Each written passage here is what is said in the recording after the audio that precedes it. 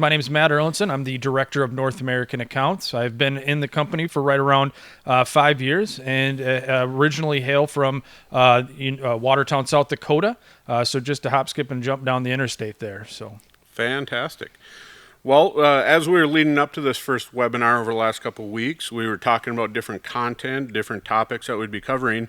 In doing so, Matt had a conversation recently with some of our customers down in Nebraska. Brought up a couple interesting features that we have in the system that we wanted to make sure to share. Perhaps it could be relevant for you and your use case. So why don't you go ahead and share that conversation? Absolutely. So as you can see, we're going to be playing a little clip on the screen of what we talked about.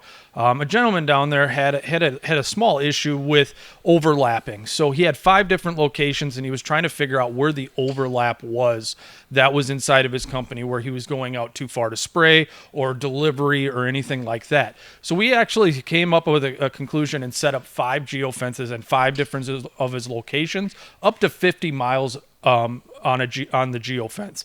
And as you can see on screen here, I'm creating these geofences, and I'm creating 5 different set parts of the geofence to show the data that is inside of those geofences. So once a vehicle actually crosses over in the geofence, you can get that information, how long he was in there, how many miles that he traveled, and that's setting up a lot of information and a lot of understanding of where his vehicles are at 50 miles out. Absolutely. How many different devices were they working with? How many different pieces of equipment did they have? They're running right around 50 pieces of equipment, so right around that 10 to 15 on each location, and it was mostly sprayers, spreaders, and tender trucks too. So.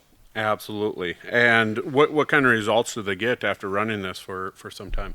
Yeah, so he ran it for up to a season. So he was getting all that information during his busy spraying season, and he found out that he could actually sell off 2 pieces of his machinery during those seasons. So he actually saved himself. Those pieces of machinery are right around $400,000 to $500,000. So right around $1 million worth of the savings, or he cut that off on his side, so he didn't have to support that anymore.